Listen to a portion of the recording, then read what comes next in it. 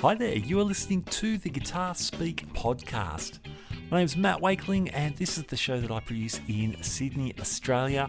Been doing so since 2016 and each week we produce two different shows. Our interview series happens on the weekends, talking to some of the leading guitarists and guitar figures from all around the world. And midweek we drop our iconic albums series, where I'm joined by my friends Rhodes and Gabor Josika, and we talk about some of the most influential records in our guitar collections. It's always a great hang, and for today's iconic albums, we're checking out a classic from the early 80s.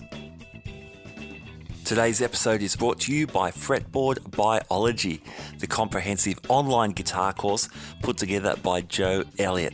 Now, Joe is not only a fantastic guitar player, he draws on his years of experience as the ex-head of guitar at the Guitar Institute of Technology and also at the McNally Smith Music College. Here's a few words from Joe about the course. You're tired of wading through hundreds of random guitar videos and just want to become a better player. Fretboard Biology is your answer. Fretboard Biology is a self-paced, college-level program that'll give you the right instruction, in the right amounts, and in the right order. You'll learn the same information I taught to thousands of other guitar players over 30 years of teaching in top music colleges. If you want to make real progress with your guitar playing, then sign up for a free 7-day trial at fretboardbiology.com. All right, iconic albums, number 14. I'm joined by my friends Gabor Josika. Hello. And Rhodes. Good morning, good afternoon, good evening, whenever you're listening. That's right. Rob, you brought this week's album to us. Over to you. I most certainly have, and it is from 1982, Toto 4. The fourth album from Toto, which makes sense because it wouldn't make sense if it was called 4 and it wasn't the fourth one. But anyway, I digress. Would be cool though. It'd be very ironic. just to screw with people. Be worthy of an Alanis Morissette lyric.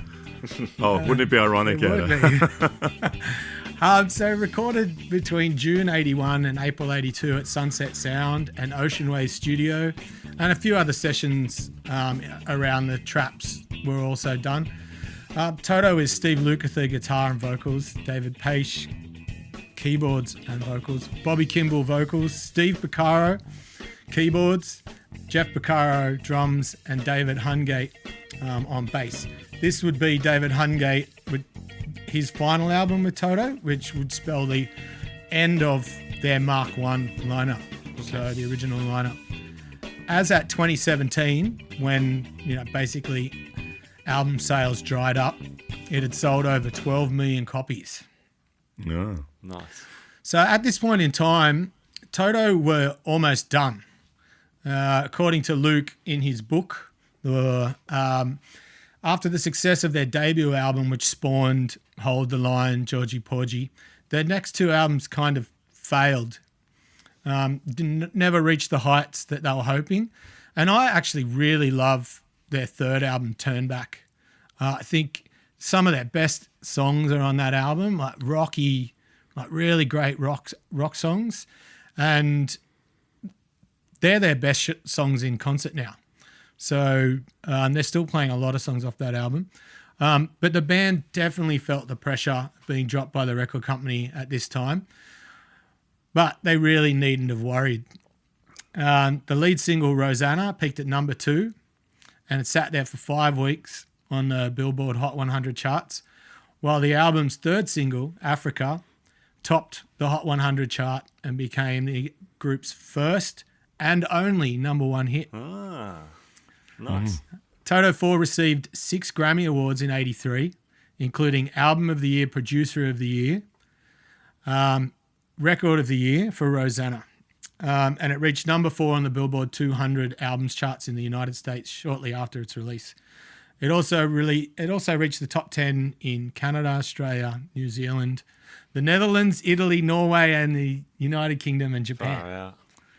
So, at that time they were really sort of worried what was going on. But Luke recalls from one moment thinking that he had to go back to doing sessions full time. And he turned around and they had the number 1 record in America with Africa. She's a Beauty had been a top 10 hit for the Tubes, which he played on. Turn Your Love Around was a number one in the R&B and adult contemporary charts that he wrote for George Benson. He wrote that. Yeah, and he won a Wow. Grammy for Best R&B on that song as a writer. And Thriller was the number one album all around the world, and he was on that. Wow. He was So- all over that, yeah. 83 was a massive, massive year Oh, man. for Steve Lukather and Toto in general. Yeah. So what do you remember 82, Matt? You would have only just been out of nappies. Yep. Well, for about 8 years out of nappies. Yeah. hopefully. Well, I didn't want to make any rash judgments. Some people can move a bit slower than others. Actually, I think I've shortchanged myself. 82, I was 11. All right. I was hopefully out of a lot. I'll give you the benefit of the doubt then. Yeah, so learning guitar, BMX Bandits, cricket. Oh, BMX Bandit. Okay. My favorite quote from BMX Bandits. Yeah. Let's put our heads together and come up with dandruff. It's back. It's on Netflix. I got to check it out. Nicole Kidman. Yeah, her first film. Yeah. But I also had a little cassette recorder, cassette tape player. So I used to tape stuff off the radio. So I remember taping Africa off the radio. Hold the Line was awesome. I didn't know it was the same band, but the track stood out. You know, first record, as you said. Yeah. And Rosanna was a huge hit here in Australia as well. So, yeah. So it was funny. I didn't really like Africa as a 10 or 11-year-old. It was probably too clever for me, really. But I've grown to I love think it. the guys in the band liked it even originally, so Really? Yeah, we're definitely going to get into all of we'll that. get into that, yeah. Yeah, I think there's some history, hey. Yeah, so that was my idea of Toto. I had Thriller. I bought it in 83. I went halves with my sister and bought it at Big W, the vinyl. She recently said, "Do you reckon they'd be worth much money?" Like, you know, I said, "Well, I don't know. There's only like 50 million of them in the world or something. So maybe not." But I didn't know he played all over that as well. Had I read the liner notes, it would have made sense. He did most of All it. the There's a guitar. really good interview for a drum magazine, and it is about Jeff Porcaro, and it's Lukather talking about Jeff Porcaro. Oh, wow. And very interesting. He did like 80% of the music you hear on Thriller is just Lukather. Yeah. It's yeah. I mean, Yeah, he played wow. the bass. He did all sorts of things on that record. When there was no drums, he did the drum programming. He pretty much, it was him, Wow. Quincy Jones, and Michael Jackson. Far out, man. And then I guess most of the Toto guys came in and played when there were real instruments, but he did just about everything. It's just Lukather. It's amazing. You know, the biggest album ever. And it's just about one guy. Far out. Did all the music. And it's not Eddie Van Halen. Nah. No, he's responsible for like 60 seconds of it or 45 But seconds. he got all the glory. Yep. Yeah. So that was me, yeah. Enjoyed the tunes, didn't really know the band back then. How about you, Gabor? What does this conjure for you? Well, in 82, I was 4. The only thing I remember from 1982 was, it's totally unrelated, the Football World Cup in Spain. And they had these sticker books, and you used to get sticker to fill in all the, you know, with all the soccer players. That's the only thing I remember from 82. I'm a bit of a latecomer to Toto and the whole Lukather thing. Like, I didn't realize all this stuff until literally, you know, a few years ago. I was aware of Toto through playing, you know, in different bands and playing Toto songs in bands, but the whole history of it and how they were all session dudes and how many albums they all played on and the whole connection with Michael Jackson and all that stuff, I never knew about that. But I mean, what a band! Yeah. That's just the first thing. It's just, and you can hear it when you listen to it. They're just all guns. And I mean, and I mentioned this earlier on, video clips with Street Toughs in it. We need more of that, 80 Street Toughs. And the guitar-bass double neck. I mean, that's just the coolest thing ever. You saying Street Toughs? Street toughs. You know, in Rosanna, there's those guys that look really tough and mean, like in Bad, Michael Jackson clip. Yeah, I think they were going for a West Side Story vibe. That was kind of, I think, in that clip. But you know, like the 80s tough guys, we need more. Street toughs. I'm going to use that term now. Street toughs. The Warriors. 80s street toughs. There's some street and 90s, toughs. like in Bad. If you watch Bad, all the guys in it that like look really tough and then bust out choreography. Yeah, Beat It as well has that. Beat It has that. As well. Definitely. Absolutely. Definitely. Eat It. Oh yeah. Love is a Battlefield. I think that's in that clip too. Yep, Street Toughs. In the bar. Yeah, Street Toughs. See? Street toughs and smoke. You need a smoke machine. Smoke machine, street toughs. Anyway, sorry. Go on, Rob. Sorry. Well, so for me, I got into Toto pretty late as well. I happened to cross a greatest hits album titled Past to Present, and that was released in 1990. And it had 3 tracks on it with this young singer that, when you read Lukather's book, that really didn't go well. And I think I found that CD in an old Paris video store. Oh, wow. Anybody remembers Paris Video? There wasn't many of them and they didn't last long. Okay. But this was a video Before my store days. that had a CD section. So I've got a lot of CDs in my collection that I got from there. Real weird, rare ones and bootlegs. It's very strange. But so I don't reckon I got that CD until like 93 or 94. And then I really didn't fall really deep into Toto until the Live in Amsterdam DVD, which was released in 2003. And then I was all in from there. Okay. Yep. I've seen them live, maybe twice now. And yeah, everything. I've gone back. I've got vinyls, I've got CDs, I've got live DVDs, Luke's book. We're going to get into Luke's discography, which is going to take us about 7 hours. So Just that, yeah. It's a triple episode, man. Isn't he the most recorded guitar player ever, or at least one of the anyway? He'd be one of them. There's a lot of guys that, kept doing it almost like when he stopped, when Toto became big and he had a solid. So there's still the Lee Ritenours and Larry Carltons and Jay Gradens and all those guys that continued, back of house after Toto went big and he kind of pulled back from it. Right.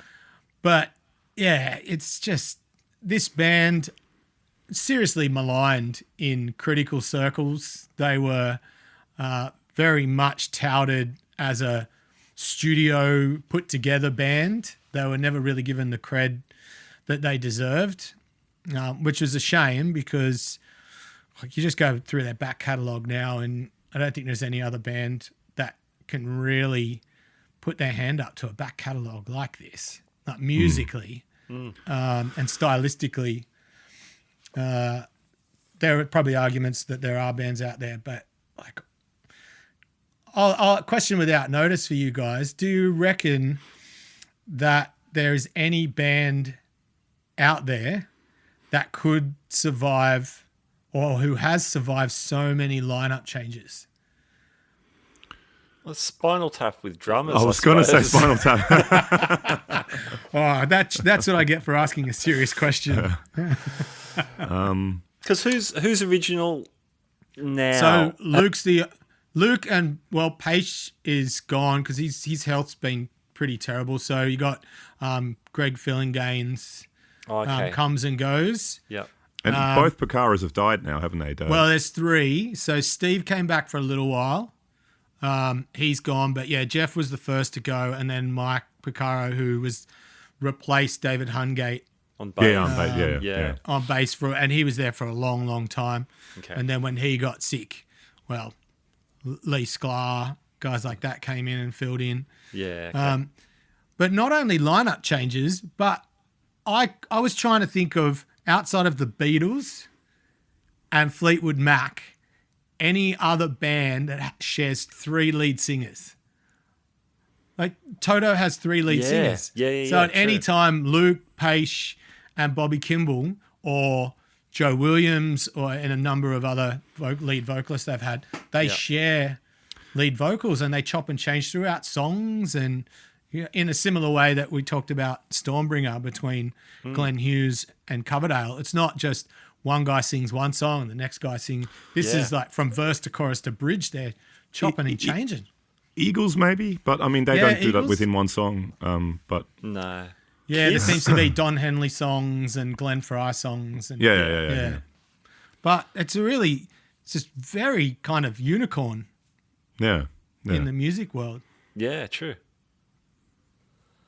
Well, I think we've exhausted that topic. Awkward I'll silence. just take that uncomfortable silence as that's less of a question and more of a comment. Yeah, it's a good comment.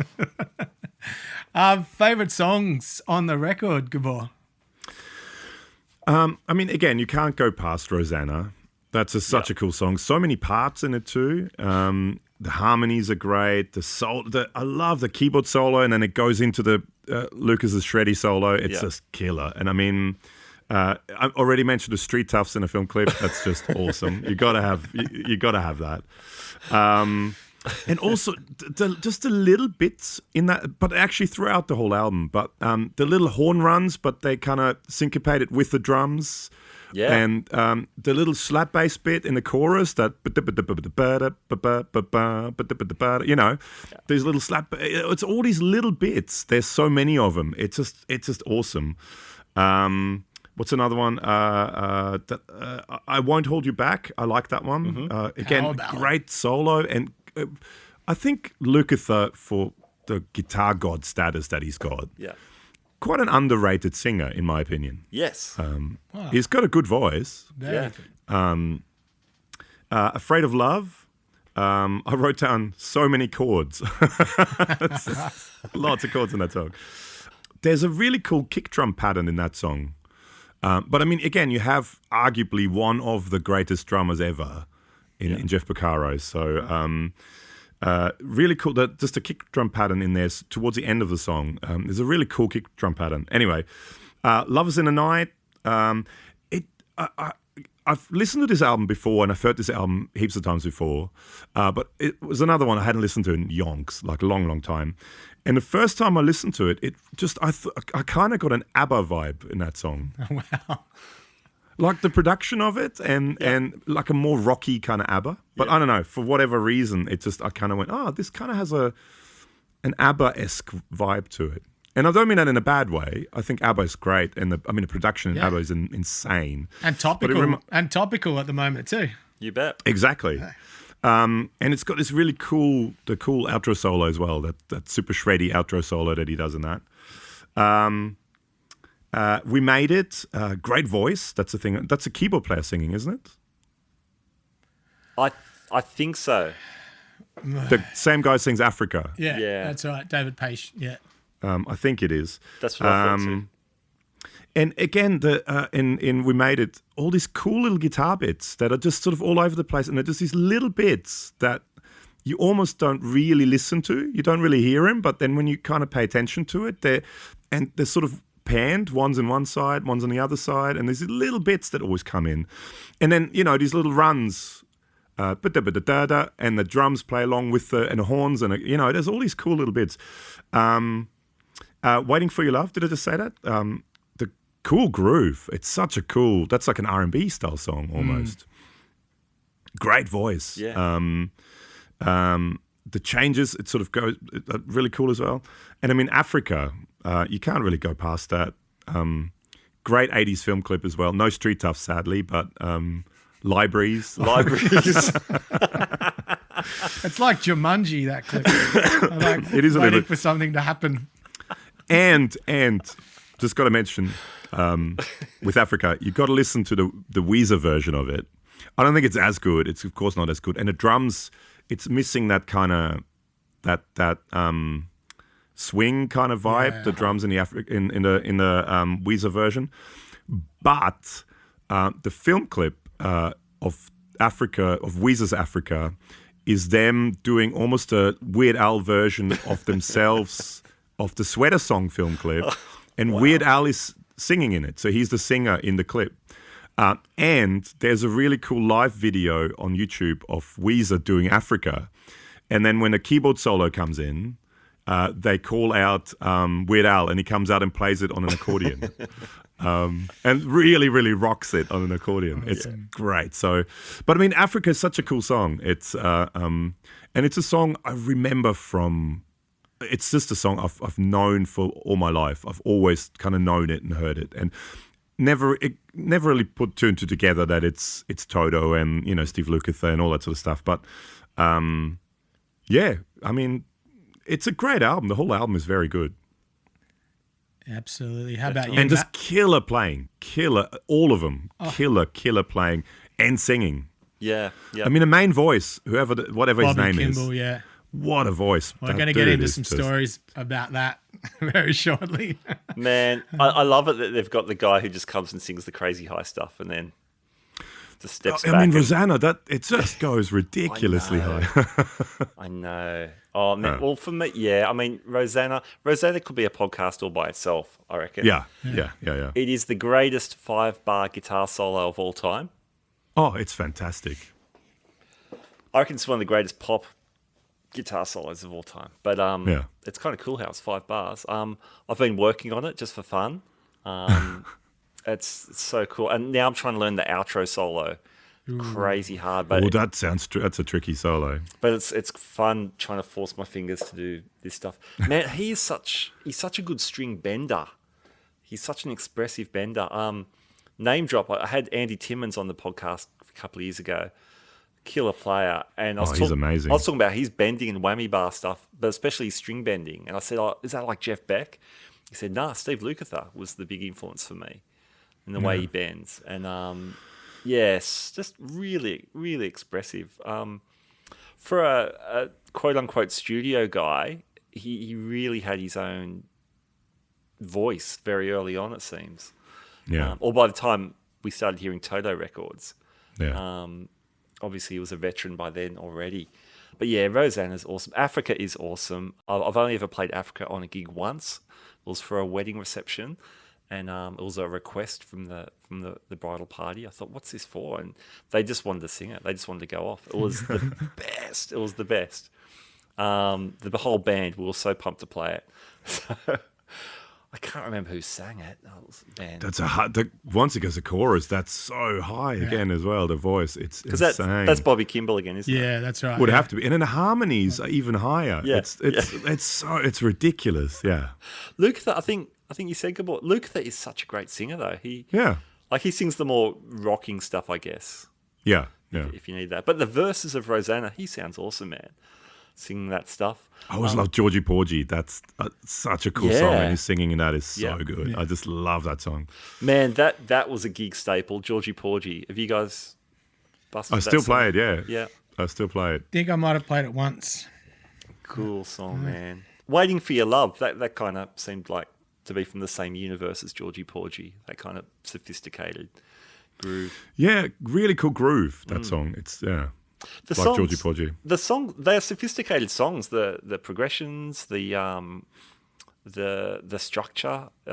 There's really lots of really interesting parts going on. Look, it sounds very much like it was a record made in '82. Oh yeah. Several of the songs could be the theme song for any '80s kind of sitcom or romantic comedy. or a film montage. Montage, yeah. That's what I was about to say. Whenever you hear a saxophone, it's like instantly... Gonna need a montage. Afraid of Love is a very cool rocker, but it could definitely be a montage for a teenage... How many chords are in that song? There's a lot of chords. Insane. There's so many chords in there. I was trying to kind of work it out, and I was listening to it. I was listening to that album and at the guitar, and I sort of noodled around with it. And I lost track of it. Too many chords in that song. Anyway, sorry. I gave up at 12. Once I got to 12 different chords, I stopped learning it. That was it. Hey, I won't hold you back. If you need a great 80s power ballad, this has got everything. It's got the piano. It's got the string pads. It's got real strings. It's got clean chorusy guitar. It's got rim shot on the snare drum. Verse 2, perfect. And that solo, man, with the strings orchestrated around it. That's a great tune. Sounds like I'm paying out on it, but that's a fantastic tune. Lukather's tones, man, like that lead tone, that's something that kind of, I guess maybe it's an 80s thing. It just sounds like just a fantastic tone. I still aspire to that kind of thing when I want a really big solo tone. It's the lead tones from this record. It would be a very expensive lead tone. I mean, the rig he was going through back in those days, holy moly. Yeah. Well, the studio rig, we'll get into that, but the studio rig isn't all that elaborate. Okay. Yeah. The live rig, I remember seeing some Lukather, like Hot Licks kind of videos. Yeah. Man, that Bradshaw rig he had, that was Once he hit the massive. mid-80s, he was carrying some fridges around. Yeah. But once they got to the 90s and they left them at home, they still sounded incredible, all these players. And they could still pull those tones with a few pedals. And those Bogner amps that he uses now, that's on the wish list. Yeah. Just with the I know we'll talk about gear, but I mean, Lukather gets a bad rap sometimes for being the overly processed guitar tone guy. But I think he has said himself, everyone was doing it in the 80s. And if you listen to the tones on this record, especially the distorted tones, I don't know, man, to me, they just sound organic and fat. They just sound awesome. And I still like chorus anyway. I never stopped using chorus, so maybe that's why I don't understand the hoo-ha. Yeah. Anyway, that were kind of my standouts, but I really enjoyed all the 80s kind of teasing I'm doing too. I loved it. It's of it. Some of the songs do sound of their time, but I enjoyed that. Sort of like the ABBA comment from Gabor, like in a good way. It is. Next time you listen to that song, "Lovers in the Night," just think ABBA, and you'll know what I mean. I love ABBA. ABBA's great. We should do an ABBA iconic album. Okay, if a dancing queen gets called on a gig, I am all over it, man. I used to love playing Waterloo. It's just really great. You know, groove and chord changes, and because I would do it in a trio, I had to fill all that instrumentation. Do all the hooks. Yeah. So I came up with a capo on the second fret because it was in the original key, and you just play all the little counter melodies off the open strings, and you have to get inventive when you're in a trio. Yeah, nice. No tracks. Yeah. Crazy. So for me, as a guitar player, I can't go past Rosanna and Afraid of Love. And honourable mention goes out to the solo in Lovers in the Night. Honestly, that is That just shreddy outro solo, that's Outro. Yeah. amazing. I'm also, as you're probably all becoming aware, I'm a sucker for just a really good pop hook. And so the Motown vibe and the hooks of Make Believe and those harmonies just drag me in straight away. I want to, kick my shoes off and dance around the backyard. Oh, yeah. When I'm cranking that. And Good For You is very similar that way. The hooks, you just want to start singing them. I love the pocket groove of We Made It. And then again, that chorus when it's got the Motown groove and then it goes to that double time feel. And the tambourine, that's a standout for me in that song. Yeah, this song wouldn't be the song without the tambourine. You've got to have that in that Motown groove. You've got to have the tambourine. That makes it. It's just pure gold. I wonder where that tambourine is now because it sounds really good. And it's hard to get good sounding tambourines for anyone out there. It's probably the Hard Rock Cafe or something on the wall. Lenny Castro's probably still got it somewhere. Shout out to Lenny Castro who does all the percussion on this album. Nice. He's a monster who has credits list as long as Lukather's, I think. Played on so many records. So for me, it's another one of those records that I don't ever skip a track from start to finish. And you guys say it's dated. It's really interesting that when I listen to it on Spotify, you got to get to a certain volume where the speakers are moving. But when I put it on vinyl, which I showed you guys before we started, I have an 83. Show us on the podcast. 82. Here you go, folks. Use your imagination. Special glasses. Ooh. On the record player, it sounds so much like more alive. And I know I'm going to probably get shot down as one of these guys who says vinyl and analog's better. But there is just absolutely is. There's something about it. I don't know whether it's the connection, whether it's the, there's no limit to what can be put on a vinyl record. It's not compressed into 20 and 20,000. So there's that harmonic content and the relationship between the needle and all that stuff and the tone arm. Look, I'm not going to go down that rabbit hole. But Totally agree. it just sounds, it's just different. It's different than what I hear on Spotify. And I have lossless audio on Spotify, the high quality. Yeah. And I've got some good setup here, but going inside with the hi-fi and on vinyl, it's something pulls you into it. And I can't do housework without vinyl playing. It's just something. I don't know, it takes me back to my childhood, I guess. Yeah. You gotta be careful. That's all. You can't jump around with a vinyl. No, you can't. Especially my Technics one. It's so on the, so on the limit of where it's, where the arm's set up. But it's great. Couple of little things before we take our first break, I guess. Actually, should we just take the break now? Sure. Come back and we'll talk gear and fun facts. With Rob.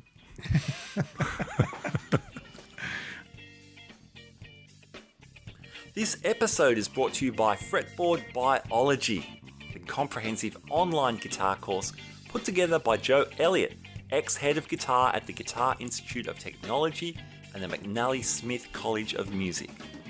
I was one of the beta testers for the course and can say as a music educator, I was really impressed by the logical sequence of learning.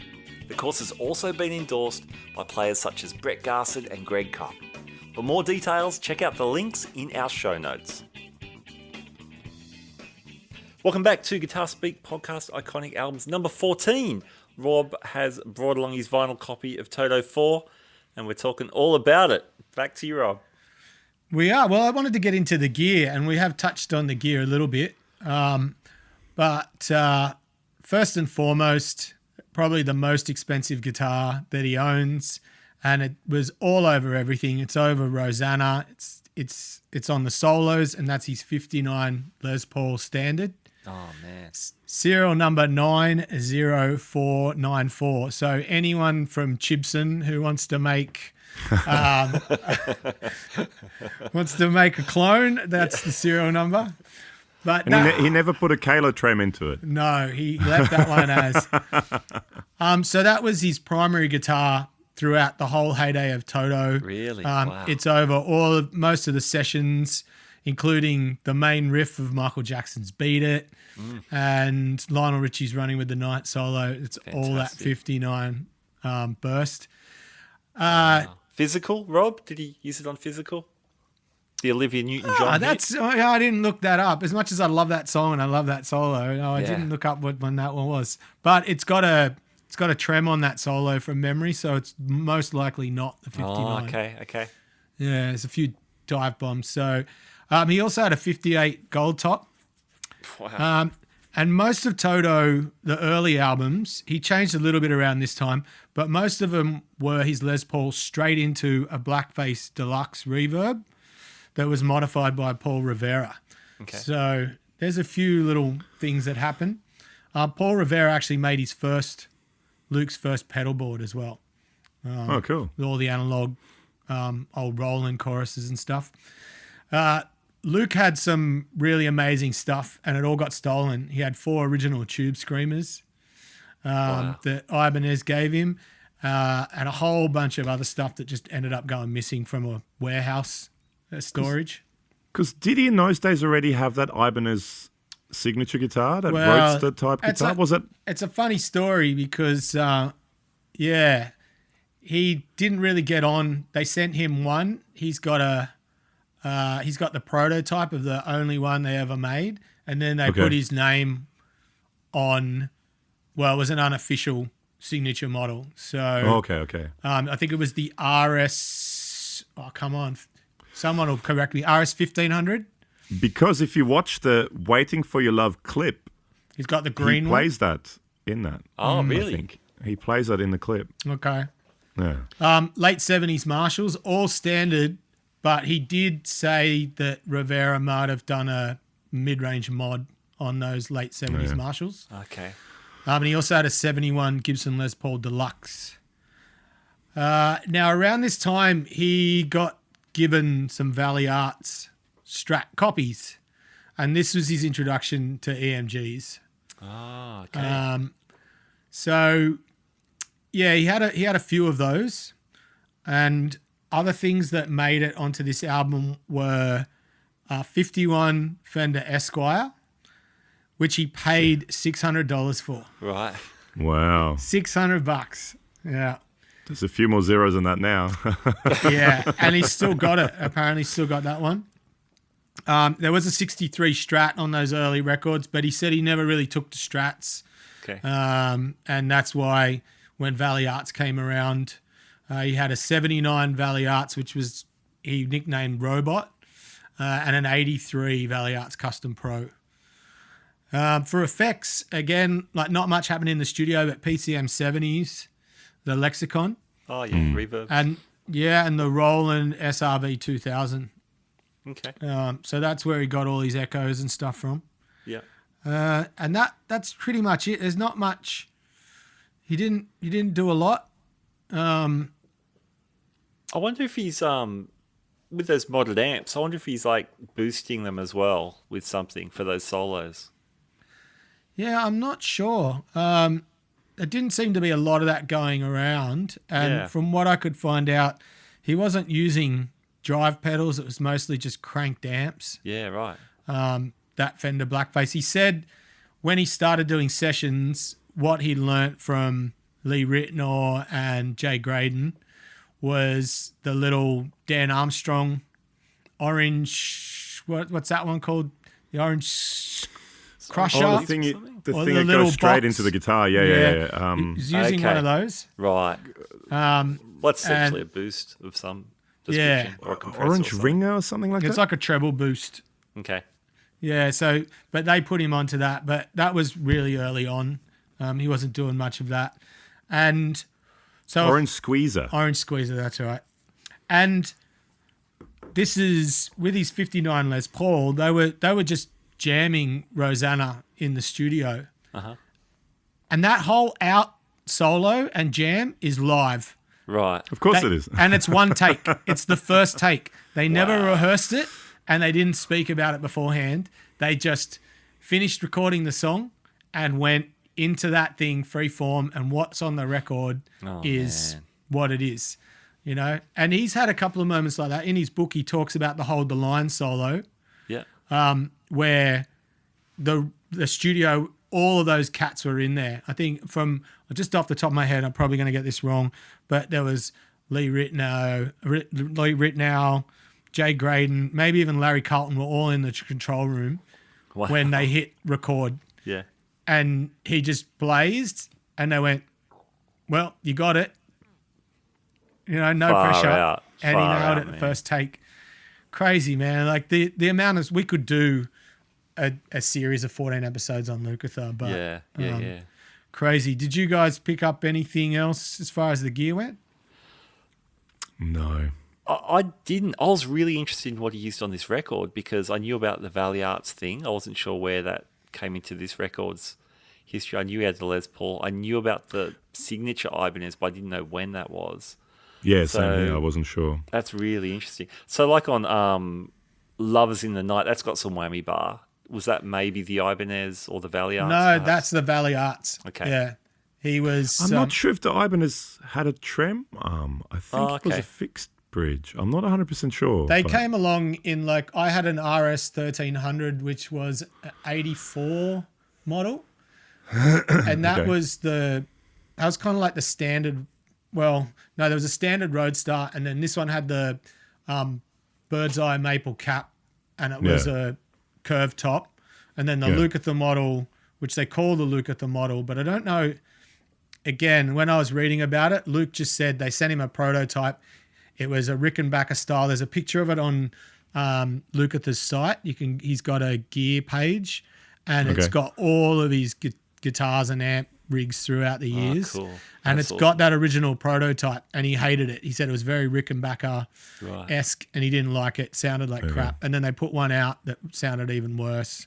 But he didn't really stay with Ibanez very long, and that's when he the Valley Arts thing. He gravitated towards those, and it got sent with the EMGs, and he was sort of sold from there. He was like the poster boy for that. Valley Arts has a really interesting history. I mean, essentially they were parts guitars. Yeah. Just very high quality parts, but yeah, and I think the most recent iteration, they were owned by Samick for a while. You could buy a Samick Valley Arts in the 90s. You see them going on Gumtree and stuff, like people asking big money for them and saying, well, it's a Valley Arts, sort of. I think Gibson bought them, actually, but hasn't done anything with it. Wouldn't surprise me. Yeah, I mean, apart from Lukather, I remember that Jack Jones used them in the Southern Suns days and during the Full House tour with John Farnham. He had the Valley Arts with the camera mounted to the headstock for that. Oh, that is one of the greatest live concerts at the time. Farnham was on fire, and that band was super hot. Yeah. So good. Yeah, Phil Buckle on guitars too. Yeah. And Erwin Thomas was just, he was definitely in that scene, that Vi thing. He had so much whammy bar going on, that Valley Arts. Just absolutely perfect. Well, he loves Mike Landau as well, who he played Valley Arts. And was, a real contemporary of Lukather and Dan Huff, the kind of studio cats of that era. Well, him and Landau went to school together. Oh, really? Wow. Yeah. So they've been friends forever. Yeah, cool. Check out Luke's book. I did the audio book because it's a great way to pass time in traffic. Because does he narrate it himself? Does he read it himself? and it's amazing because, like with all these books, when you get the audio books, they remember stuff. So they do like at the end of the chapter, then he'll just add a little bit that's not in the book. He goes, since writing the book, I remember this little story that I wanted to add for the audio book, and it's really great. Nice. All right, fun fact time. With Rob. All right, the band delayed touring on the back of this album to instead help with the production of Thriller. So with Luke and Jeff Porcaro in there, they were working on Thriller, so they didn't immediately go tour on the back of the record. And they were also working on Chicago's comeback album, Chicago 16, that same year. Wow. So that's pretty amazing. Man. One thing from the book that Luke talks about, and I can't even fathom how they did this, but technology for the kids out there, they used to record to tape. And I know there's a few kids out there that are really into tape, so you'll really enjoy this one. The Africa vocal, Bobby Kimball's chorus vocal, the super high one, one take. They could only get one good take out of him. So they recorded the vocal onto a second tape machine on a loop and then ran that tape machine into the second tape machine, and every time the chorus came up, they had to sit there and try and guess where it was on the loop, line the loop up and press play so that the main vocal went onto the chorus, and hope that it all stayed in time and in sync across the tapes, because every time they press it, tape would get warm and stretch, all these sorts of things. So they had to do that every time. And they reckon they did it, I think from memory on the book, he said they managed to nail it first go. But they were so frustrated, and this happens so often with Bobby Kimball in the studio, because Paish was so particular about what keys songs would be in when he wrote them, and he wrote them never thinking about the vocal. So I was like, you had to bring your A game to sing a lot of these songs, which was the beginning of the end for Kimball because he just couldn't do it live, especially once he started to get into the drugs further on down the track. What else? Eagles bass player Timothy B. Schmidt sang backing vocals on the chorus of, why didn't I write this down? I think it's on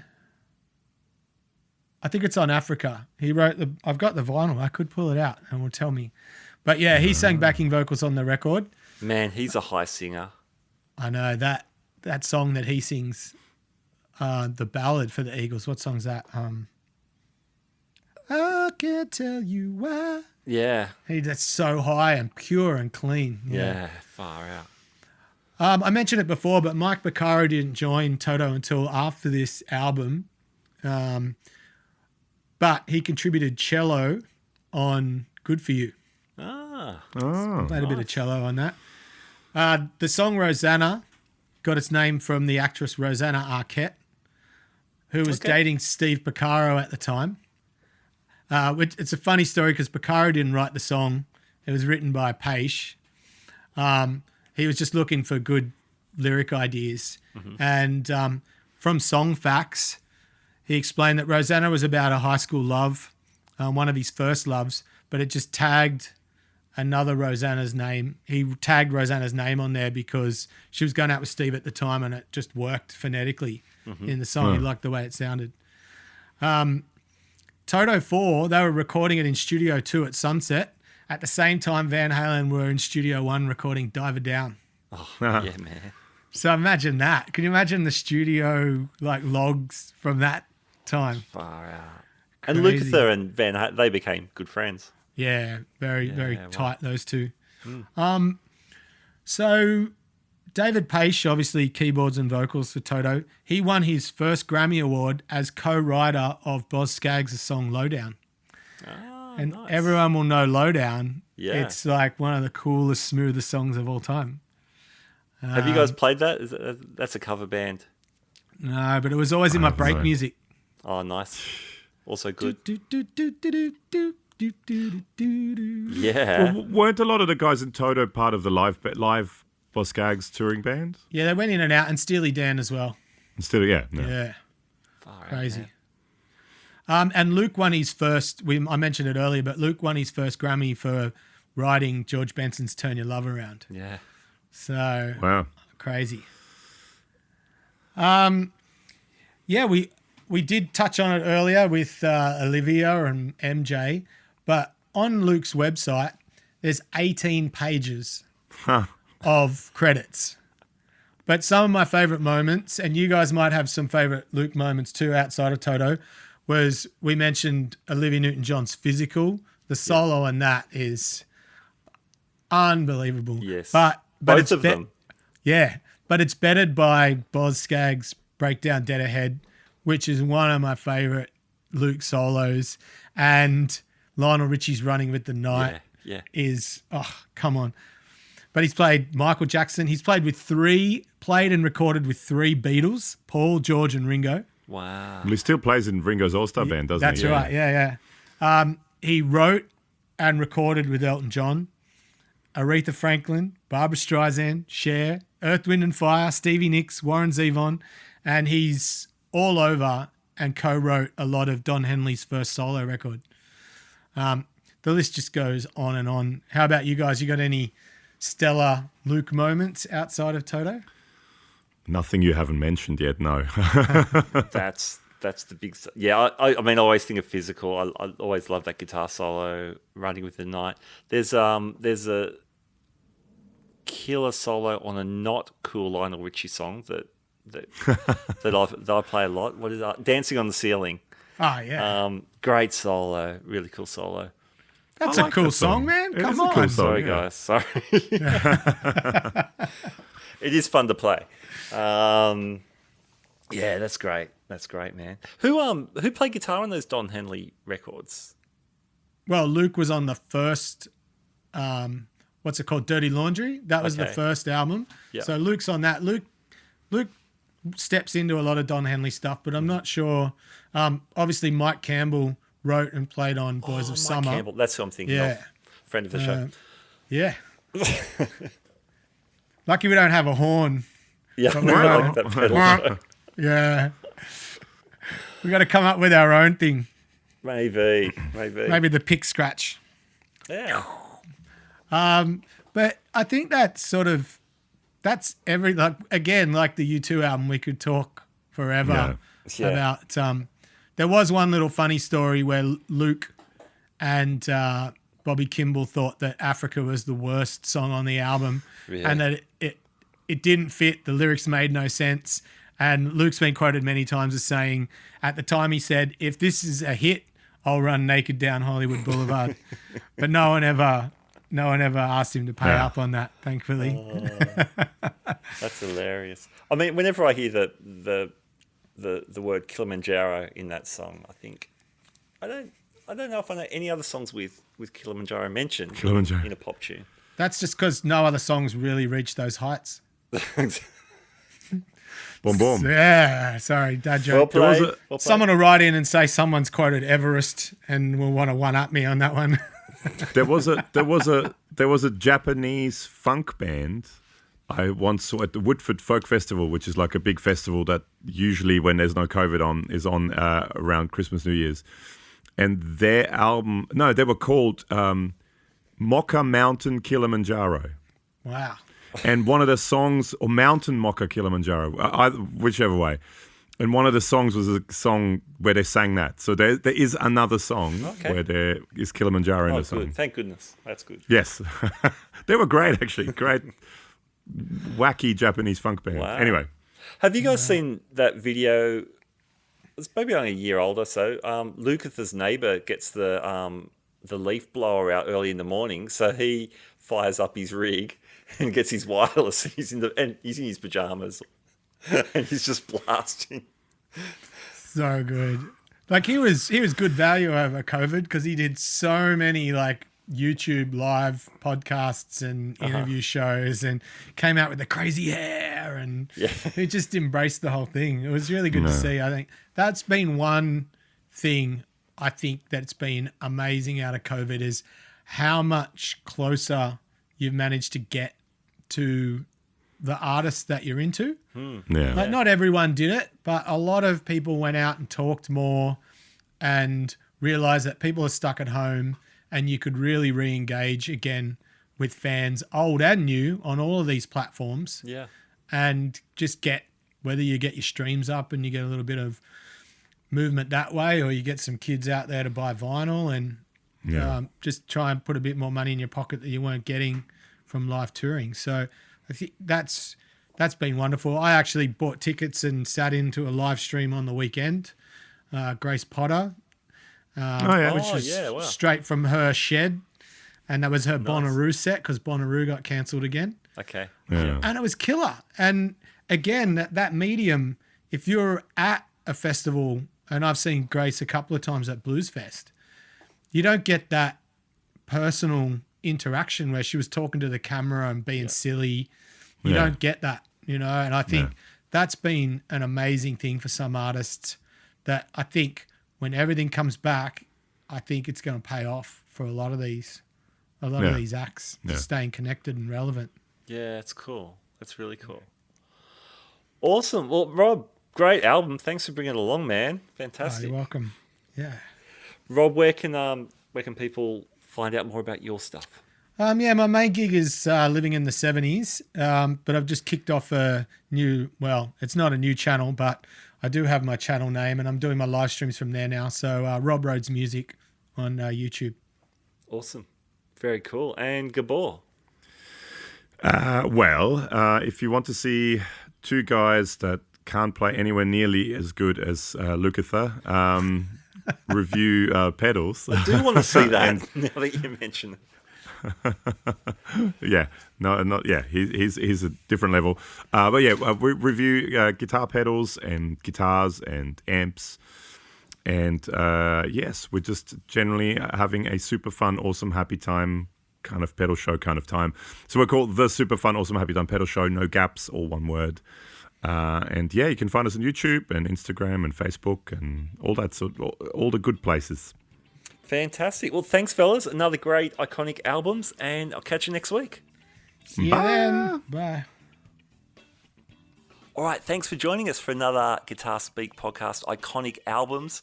I've really enjoyed putting these conversations together with Rob and Gabor, and it's been a really cool addition to our podcast show, which every week has deep dive one-on-one interviews as well. That's been our bread and butter for the last 5 years, and that will be continuing as well. Thanks to Fretboard Biology for sponsoring today's episode. Check out the links in the show notes. All right, my name's Matt Wakeling. You've been listening to the Guitar Speak podcast. And in the words of Michael Schenker, German guitarist from UFO, the Scorpions and MSG, Keep rocking. Keep on rocking. Keep on rocking indeed. I'll catch you next time. Bye now.